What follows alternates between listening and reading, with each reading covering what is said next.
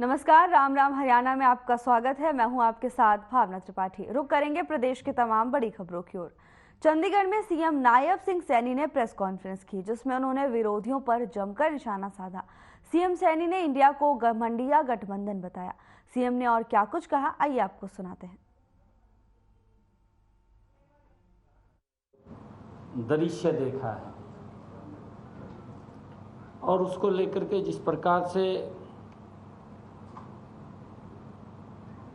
नरेंद्र मोदी जी को और मोदी सरकार को उन्होंने अपने जो ये घमंडिया गठबंधन के लोग हैं, अपने भ्रष्टाचार को किस तरीके से जस्टिफाई वहाँ पर वो कर रहे थे, वो पूरा देश ने देखा है। ऐसा महसूस हो रहा था कि जैसे घोटालेबाजों की बारात है, जो सब मिलकर के देश को पहले भी लूटा है, आगे भी लूटने की तैयारी है। उनके भ्रष्टाचार पर चर्चा न हो, घोटाला अपना हर रोज बड़े चाव से करते हैं और ये भी चाहते हैं कि कोई एक्शन ना हो। ये गठबंधन जनबंधन नहीं, ये ठगबंधन है। पूरे देश ने देखा है। गठबंधन कहाँ है ये भी देखने को उस कार्यक्रम के अंदर मिला है।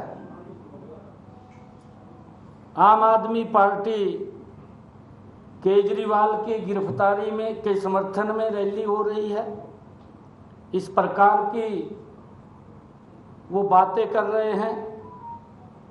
कांग्रेस कहती है कि ये किसी विशेष व्यक्ति की रैली नहीं है, ये सभी के समर्थन की रैली है। कांग्रेस आम आदमी पार्टी दिल्ली में दोनों आपस में मिले हुए हैं और पंजाब के अंदर देखें हम आपके कौन हैं। ये इस प्रकार का इस इंडी गठबंधन के अंदर देश को देखने को मिल रहा है। पश्चिम बंगाल में ममता के साथ, ममता ने लड़ने से इनकार कर दिया इनके साथ। बिहार में आरजेडी ने अपने उम्मीदवार इनसे पूछे भी नहीं है, पहले मैदान में उतार दिए हैं। कर्नाटक में उद्धव ठाकरे ने, उन्होंने भी अपने उम्मीदवार पहले ही उतार दिए हैं। कांग्रेस और आम आदमी पार्टी छोड़कर सांसद और विधायक जा रहे हैं। अभी पिछले दिनों देखा, उत्तर प्रदेश में कांग्रेस को कोई भाव नहीं दे रहा है। इस घमंडिया गठबंधन के काम क्या हैं? इनके काम है जितना हो सके लूटो, हर दिन नया झूठ बोलो, मोदी जी को गाली दो, देश को बदनाम करो, हिंदू धर्म को गाली दो, जम के घोटाले करो, जांच एजेंसियां जब नोटिस दें तो इग्नोर करो, कार्रवाई हो तो कोर्ट पहुंचो, कोर्ट की फटकार लगाएं तो विक्टिम कार्ड खेलो, देश के लोकतंत्र पर खतरा बताओ, जनता को गुमराह करो, सारे चोर इकट्ठे हो जाओ, जोर जोर से बोलो, छाती पीट पीट कर बोलो, भ्रष्टाचारों को बचाओ। ये इंडी गठबंधन के नेताओं के काम है। और अगर हम देखें इस टोली को, जो घमंडिया गठबंधन है, देखने से पता ही चलेगा कि भ्रष्टाचारी हैं, जो भ्रष्टाचार के मामले में या तो जेल में हैं या बेल पर हैं। भ्रष्टाचार बचाओ रैली निकाल रहे हैं। ये देश के सामने कल एक सिनेरियो देखा है। ये संदेश खाली पर चुप हैं, कोई नहीं बोलता कि वहां पर क्या क्या अत्याचार महिलाओं के ऊपर हुए हैं। इनके नेता देश तोड़ने की बात करते हैं, लेकिन एक्शन के बजाय लोकसभा का टिकट दे करके उसको संजोते हैं। ये देश की शक्ति का अपमान करते हैं, लेकिन सब चुप रहे। बरसात और ओलावृष्टि से खराब हुई प्रदेश में किसानों की फसल पर लेकर सरकार किसानों के साथ है। हरियाणा के कृषि मंत्री जगाधरी विधानसभा के गांव तहारपुर पहुंचे और ओलावृष्टि और बरसात से खराब हुई किसानों की गेहूं की फसल का जायजा लिया। इस दौरान किसानों ने कृषि मंत्री को अपने खेतों में ले जाकर फसल की स्थिति दिखाई, तो वहीं कृषि मंत्री ने भी किसानों की समस्या को जान मौके से ही कृषि विभाग के उच्च अधिकारियों को फोन किया। उन्होंने कहा कि पूरे प्रदेश में कई जगह पर बरसात और ओलावृष्टि से किसानों की फसलों को काफी नुकसान हुआ है।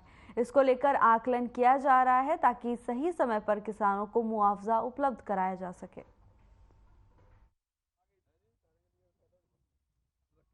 देखिए, वैसे तो पूरे प्रदेश में कई जगह ऐसी हैं जहां इस प्रकार की समस्या है, जो ओलावृष्टि। तो हमारे यहाँ भी इस पूरे एरिया में तहारपुर और इसके आसपास के 4-5 गांव ऐसे हैं जहां ओलावृष्टि से काफ़ी नुकसान हुआ। तो उसमें एक बड़ी समस्या ये थी कि क्षतिपूर्ति पोर्टल जो खुलना चाहिए वो हमने खुलवा दिया। कल से वो पोर्टल खुला हुआ, किसानों ने भर दिया। लेकिन अभी एक और बड़ी समस्या थी, वो पंजीकरण की थी कि कुछ किसानों ने पंजीकरण ही नहीं किया था। वो खासकर ऐसे किसान हैं जिनके पास 1 एकड़ जमीन है या 2 एकड़ जमीन है।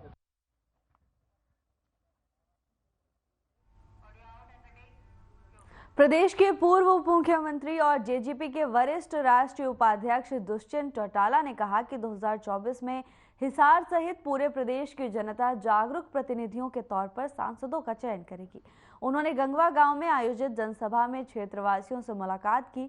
उन्होंने जनसभा को संबोधित करते हुए कहा कि 2014 से लेकर 2019 तक एक सांसद के तौर पर उन्होंने हिसार का नाम राष्ट्रीय स्तर पर ऊंचा ले जाने का काम किया, लेकिन 2019 में जनता ने मोदी की हवा में एक ऐसा सांसद चुन लिया जो सांसद बनने के बाद ना तो जनता में दिखा और ना ही संसद में कहीं दिखाई दिए। भगवान करे सारे रिकॉर्ड हिसार जिले से बनते रहे, इस लोकसभा से बनते रहे। मैं तो ये मानता हूँ सबसे बड़े अंतर से लोकसभा जीतने का हमारा प्रयास है और हिसार लोकसभा वो चमत्कार कर दिखाएगी। तो जैसे कि गठबंधन की सरकार थी, आप लोग ये कोशिश कर रहे थे कि हिसार और भिवानी आप लोगों को मिले, लेकिन सहमति नहीं बन पाई। सहमति अलायंसेज में बनती भी है, बिगड़ती भी है, और बहुत वाक्य ऐसे रहे हैं जहाँ सहमति ना होना भी पॉलिटिकल पार्टीज के फायदे में जाती है। और मैं मानता हूँ जननायक जनता पार्टी को इसका लाभ मिलेगा।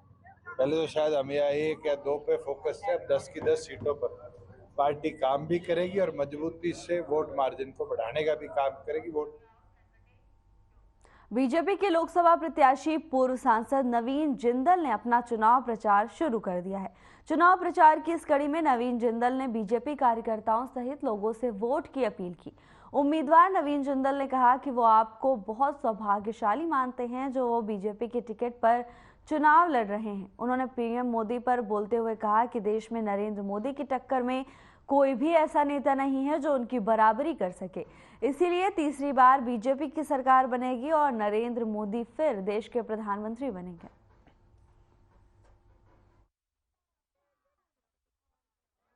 जो चुनाव होने वाले हैं हरियाणा के अंदर 25 मई को, उसके लिए आप देख रहे हैं कि लोगों के अंदर बहुत जोश है। सभी भारतीय जनता पार्टी के कार्यकर्ताओं के अंदर एक बहुत जोश है, लोगों के अंदर भी एक बहुत जोश है। जहाँ जहाँ जा रहे हैं लोगों का बहुत आशीर्वाद और प्यार मिल रहा है। मैं बहुत आभारी हूँ लोगों का। और मैं जो मुझे माननीय मोदी जी ने जो मुझे यहाँ पे कुरुक्षेत्र संसदीय क्षेत्र की जनता का सेवा का मुझे मौका दिया। लोकसभा चुनाव नजदीक हैं, ऐसे में राजनीतिक पार्टियां अपनी अपनी तैयारियों में लगी हुई हैं। इसी कड़ी में कलावली में इनेलो कार्यकर्ता बैठक को संबोधित करते हुए इनेलो के अभय सिंह चौटाला ने बीजेपी पर तंज कसा और कहा कि कुरुक्षेत्र से जिस नवीन जिंदल को उम्मीदवार उतारा है उसे देश के प्रधानमंत्री नरेंद्र मोदी पिछले चुनाव में कोयला चोर कहते थे, लेकिन अब उसे रातों रात ईडी के डर से बीजेपी में शामिल किया है और 35 मिनट बीजेपी की वॉशिंग मशीन में धोकर कोहिनूर बना दिया है। इस दौरान तमाम इनेलो नेता भी मौजूद रहे।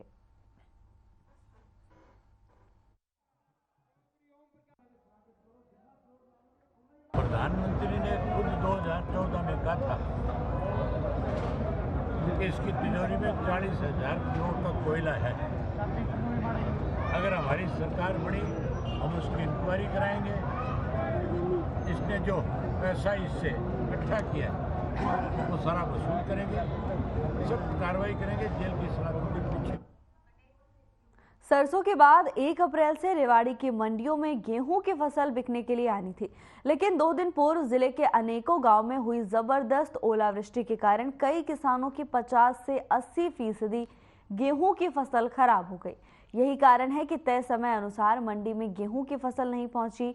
मात्र 1 या 2 किसान ही मंडी में गेहूं की फसल लेकर पहुंचे, लेकिन मार्केट कमेटी सचिव की माने तो सरकार की तरफ से 1 अप्रैल को ही गेहूं की सरकारी खरीद शुरू की जा चुकी है। किसानों और मार्केट कमेटी सचिव के अनुसार ओलावृष्टि के कारण गेहूं की जो फसल भीग गई है या फिर खराब हो गई है, उस वजह से मंडी में गेहूं की फसल आने में देरी हुई है।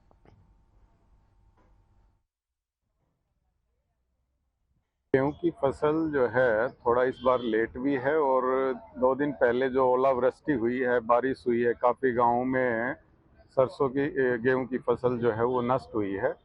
तो उसको लेकर कहीं ना कहीं किसानों को असमंजस की स्थिति में है, गीला है। तो अभी शायद 2-4 दिन बाद ही खरीद शुरू हो पाएगी गेहूं की। हमारी तरफ से गेहूं की खरीद आज से ही चालू है। खरीद किस माध्यम से की जाएगी? खरीद जो है आड़तियों के माध्यम से होगी। गेहूं की खरीद तो सरसों की अभी चल ही रही है।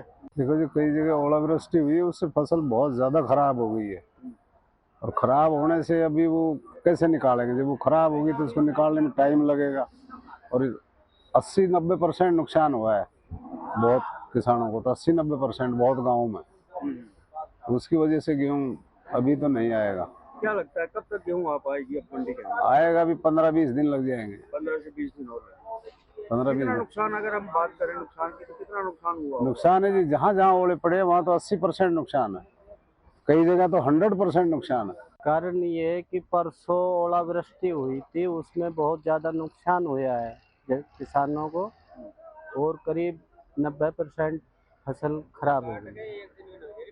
अब क्या लगता है कब तक उम्मीद है कि जो थोड़ा बहुत बचा है गेहूँ कब तक आएगा? कम से कम 20 दिन लग जाएंगे। उनको जमींदार इकट्ठा करेंगे, हूसेंगे। जैसे ओलों से वो कट गया है ना, तो उसको हूसेंगे। अब वो तो नहीं है, मशीन काट देगी आए तो वो तो खुद को करना पड़ेगा। कितना असर पड़ेगा मंडी के ऊपर? मंडी के अब ऊपर कुरुक्षेत्र में हरियाणा स्टेट अनाज आढ़ती संगठन के बैनर तले थानेसर की अनाज मंडी में आढ़ती 5 दिवसीय हड़ताल पर बैठ गए हैं। यह हड़ताल 1 अप्रैल से लेकर 5 अप्रैल तक की जाएगी। आढ़ती एसोसिएशन के प्रधान मायाराम चंद्र भानपुरा ने कहा कि हरियाणा सरकार ने उनकी आढ़त को घटा दिया है। पहले की सरकार 2.5% आढ़त दिया करती थी, जिसको अब हरियाणा सरकार ने घटा दिया है। और भी अन्य कई मांगे हैं जिनको लेकर ये हड़ताल शुरू की गई है। उन्होंने कहा कि अगर सरकार उनकी मांगे नहीं मानेगी तो 15 मई के बाद दोबारा से आढ़ती हड़ताल करेंगे।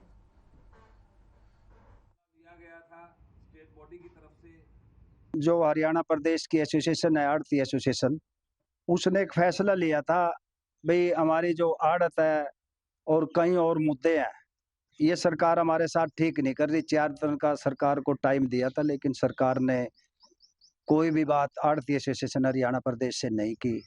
तो आज हम उसी के उसमें यहाँ बैठे हैं। हमारी कुछ मांगे हैं, जैसे आढ़त है हमारी 2.5% थी, तो उसको 2.5 से काट कर 2% कर दी गई है। अनाज मंडी में गेहूं खरीद शुरू होने के साथ ही आढ़तियों का विरोध भी शुरू हो चुका है। अपनी मांगों को लेकर हरियाणा स्टेट आढ़ती एसोसिएशन ने 5 दिनों की सांकेतिक हड़ताल शुरू की।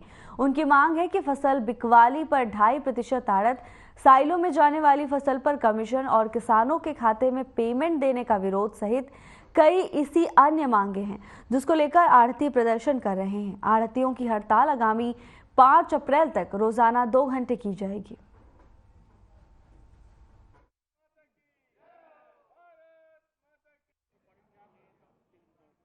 साइलों में क्यों ले जाए, हमें कोई दिक्कत नहीं है, लेकिन मंडी के थ्रू जाना चाहिए। तो सीधा डायरेक्ट मंडी में तो मैं बार सीधा किसान से लिया था, तो मंडी में तभी क्या रह जाएगा, मंडी खत्म हो जाएंगे। हमने करोड़ों की दुकान ले रखी है और खर्चे हैं, तो सीधा तो साइलों में ले जाना है, साइलों में ले जाओ, तो मंडी के थ्रू लेकर जाओ। सर, किसान के खाते में पेमेंट जा रही है, उसको भी जो किसान अपने खाते में पेमेंट मंगवाना चाहे तो मंगवा ले। जो किसान ये कहे कि हम आढ़ती के थ्रू लेना चाहते तो आढ़ती के थ्रू लेनी चाहिए। आढ़ती पे क्या सकता है? किसान भी परेशान इस बात से, किसान अनपढ़ है, कड़ी बैंक में खाते खुलवाने हैं, पेमेंट खुलवाने जाना है, तो सरकार ने लाइन में लगा खड़े कर दिया किसान को भी।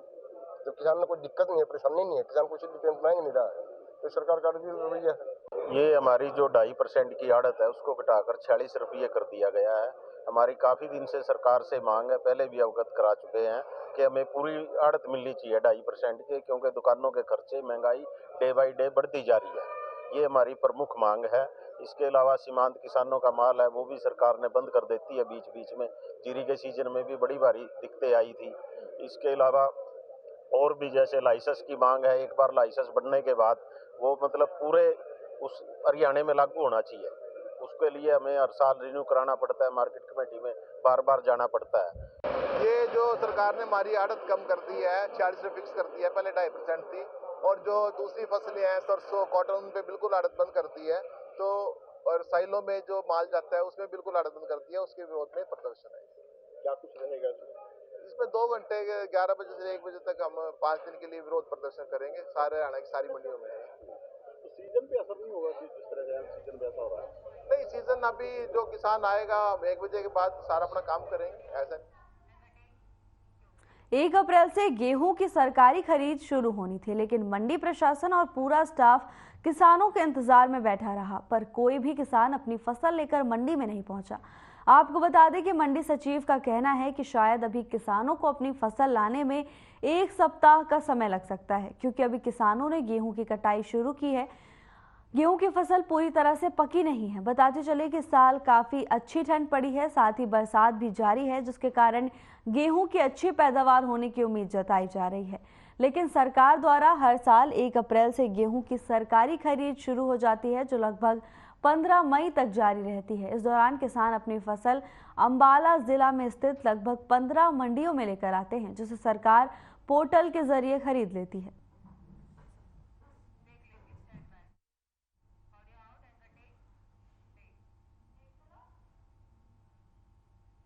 वक्त हो चला एक छोटे से ब्रेक का, जल्द हाजिर होंगे ब्रेक के बाद।